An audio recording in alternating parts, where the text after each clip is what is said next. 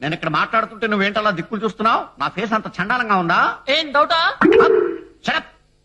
రే, lecturer గా కాకపోయినా కనీసం ఫ్రెండ్ గా అయినా చూడండి రా నన్ను. నీతో మాకు ఫ్రెండ్షిప్ మీరు కూడా ఇలా తయారయ్యారా?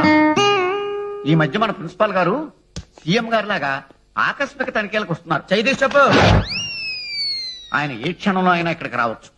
దయించి మీరెవరు ఆయన ముందు నా పరువు మాత్రం తీయకండి. అసలు ఉంటేగా.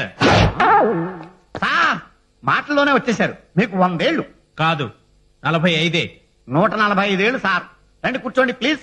అంత టైం లేదు. స్టూడెంట్స్, రామాయణం ఎవరు రాశారు? నువ్వు చెప్పు. నేను రాయలేదు సార్. దొంగ వేదమండి, మిమ్మల్ని చూసి కంగారు పడి అబద్ధం చెప్తున్నాడు. వాడే రాశాడు.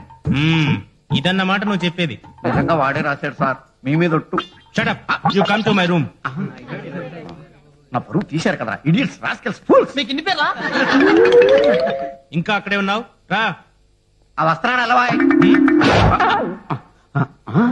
అమ్మ దొంగ వేదవల్లారా, నన్ను ఇలా బుక్ చేశారంట్రా. ఆ వస్త్రాలు సార్.